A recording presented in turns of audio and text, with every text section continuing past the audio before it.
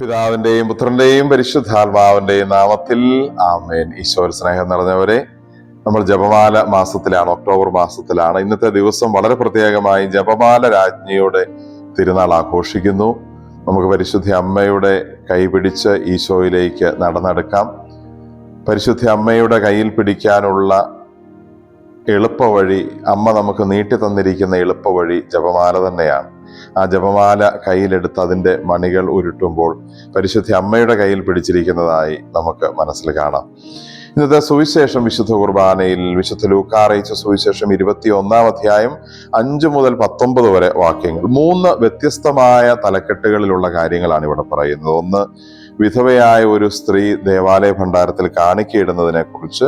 രണ്ടാമത്തേത്, ജെറൂസലേം ദേവാലയത്തിന്റെ ഭംഗിയെക്കുറിച്ച് ശിഷ്യന്മാർ ഈശോയുടെ ദൃഷ്ടിയിൽപ്പെടുത്തുന്നതിനെ കുറിച്ച്. 3, ഈശോ വരാനിരിക്കുന്ന അന്ത്യകാലത്തിന്റെ സൂചനകൾ നൽകുന്നതിനെ കുറിച്ച്. ഇങ്ങനെ 3 കാര്യങ്ങൾ ഇന്നത്തെ സുവിശേഷത്തിലുണ്ട്.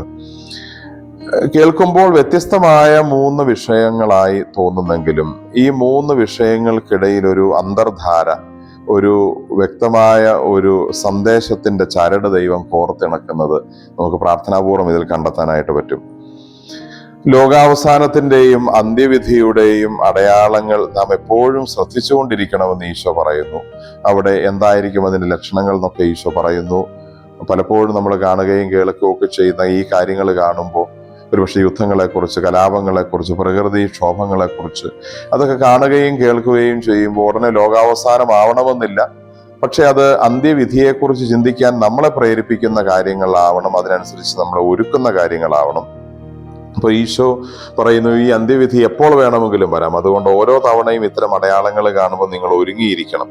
എന്താണ് നമ്മൾ അതിനുവേണ്ടി ചെയ്യേണ്ടത്?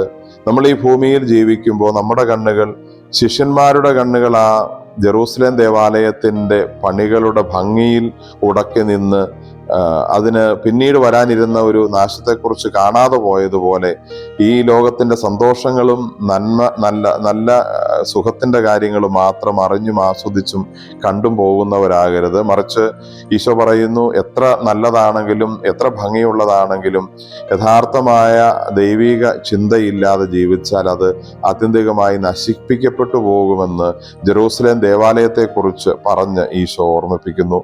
ഈശോ അതിന്റെ ഏറ്റവും നല്ല ഒരു എങ്ങനെ ആയിരിക്കണം എന്നുള്ളത് പിന്നീട് പറഞ്ഞു കാണിക്കുന്നത് ഈ വിധവയുടെ കാര്യം പറഞ്ഞാണ്. വിധവ 2 ചെമ്പുതൊട്ടുകൾ, അവൾക്കുണ്ടായിരുന്ന ഏക സമ്പാദ്യം അല്ലെങ്കിൽ അവൾക്കുണ്ടായിരുന്ന മുഴുവൻ സമ്പാദ്യം അവൾ ആ ഒരു ഭണ്ഡാരത്തിൽ ഇട്ടതോടുകൂടി അവൾ തൻ്റെ ജീവിതം മുഴുവൻ ദൈവത്തെക്കുറിച്ച് ചിന്തിക്കുന്നവളായി, ദൈവത്തെ ഏൽപ്പിക്കുന്നവളായി. നമുക്കും ഇത്തരം അപകടങ്ങൾ സംഭവിക്കാതിരിക്കാൻ, നമ്മുടെ ജീവനെ നഷ്ടപ്പെടുത്തുന്ന, ആത്മാവിനെ നഷ്ടപ്പെടുത്തുന്ന, അല്ലെങ്കിൽ ലോകത്തിൽ നൽകപ്പെടുന്ന ആ യുഗാന്ത്യത്തിന്റെ അടയാളങ്ങൾ കാണാതെ പോകുന്ന അപകടം സംഭവിക്കാതിരിക്കാൻ എന്താണ് ചെയ്യേണ്ടത്? തൻ്റെ സമ്പാദ്യം മുഴുവൻ ദൈവത്തിൽ അർപ്പിച്ച ആ വിധവയെ പോലെ ജീവിതവും മുഴുവൻ സമയവും മുഴുവൻ പ്രവർത്തനങ്ങളും ദൈവത്തിനും ദൈവപ്രീതിക്കുമായി നമ്മൾ മാറ്റിവെക്കണം. ഈ ലോകത്തിന്റെ സന്തോഷങ്ങളും സുഖങ്ങളും കണ്ട് ആസ്വദിച്ച് അതിൽ മനസ്സുടക്കി കണ്ണുകൾ ഉടക്കി നിന്നു പോകുന്നവരാകരുതെന്നുള്ള ഒരു സന്ദേശമാണ് ഈശോ ഇന്ന് നമുക്ക് നൽകുന്നത്. അതുകൊണ്ട് ഈ 3 വ്യത്യസ്തമായ സംഭവങ്ങളും ഒരു സന്ദേശത്തിന്റെ ചരടിൽ കോർത്തിണക്കിയിരിക്കുന്നു. അത് നമ്മളെ അനുതാപത്തിലേക്ക്, പൂർണ്ണമായ ദൈവചിന്തയിലേക്ക്, ദൈവാശ്രയ ബോധത്തിലേക്ക്, നമ്മളെ തന്നെ പൂർണ്ണമായ ദൈവത്തിനെ സമർപ്പിച്ച് ജീവിക്കേണ്ടതിൻ്റെ ആവശ്യകതയിലേക്ക് കുറിച്ച്, അന്ത്യവിധിയെക്കുറിച്ച് ഓർത്ത് ജീവിക്കേണ്ടതിനെ കുറിച്ചൊക്കെ നമ്മളെ ചിന്തിപ്പിക്കുന്ന കാര്യമാണ്. നമുക്ക് പ്രാർത്ഥിക്കാം. കർത്താവായ ഈശോയെ, ഞങ്ങളങ്ങേ ആരാധിക്കുന്നു, സ്തുതിക്കുന്നു, നന്ദി പറയുന്നു.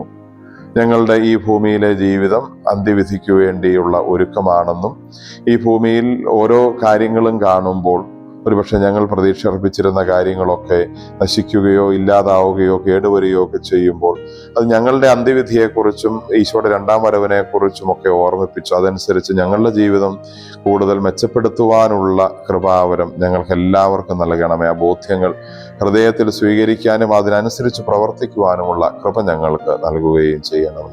നമ്മുടെ കർത്താവ് ഈശോ മിശിഹായുടെ കൃപയും പിതാവായ ദൈവത്തിന്റെ സ്നേഹവും പരിശുദ്ധാത്മാവിന്റെ സഹവാസവും നാം എല്ലാവരോടും കൂടെ ഉണ്ടായിരിക്കട്ടെ, ഇപ്പോഴും എപ്പോഴും എന്നേക്കും. ആമേൻ. ഈശോ മിശിഹായ്ക്ക് സ്തുതിയായിരിക്കട്ടെ.